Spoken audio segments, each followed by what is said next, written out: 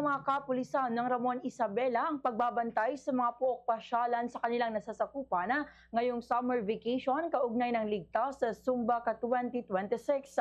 Sa panayam ng Bombo Radyo Kawan kay Police Major J.R. Olyaon, Chief of Police ng Ramon Police Station, sinabi niya na maliban sa pagbabantay sa mga resorts ay nakipag-ugnayan din sila sa hanay ng National Irrigation Administration or NIA upang makontrol ang tubig sa mga irigasyon na isa sa mga hakbang upang maiwasan ang insidente ng pagkalunod.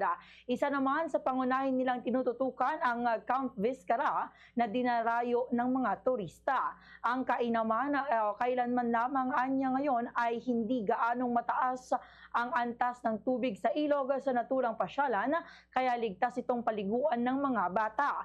Gayunman naka-standby pa rin ang kanilang personnel doon upang agad na makapagresponde kung kinakailangan. Samantala, pinaigting rin ng PNP Ramon ang paghuli sa mga wanted person na nagresulta sa pagkahadakip sa number 1 most wanted person municipal level at 17 na iba pa ngayong unang quarter ng 2026.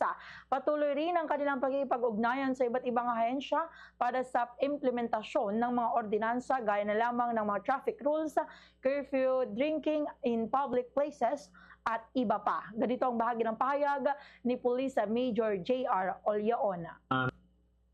Naging best practice namin po dito na ginagawa dati pero ngayon lang po natin ulit inactivate is yung Project Aliptak wherein nakapag-request po tayo ng mga radios sa LGU. Actually yun po yung isang nagamit namin kanina doon sa Tour of Luzon na nabigyan po lahat ng mga barangay including BFP, Rescue, POSO. Nagkaroon po kami ng isang communications kaya napakabilis po yung batuhan namin ng updates. Ginagamit din po namin yan during reporting ng mga barangays and pagtawag din po ng mga barangay concerns if ever meron po kailangan na police assistance. Fast sa radyo Bombo!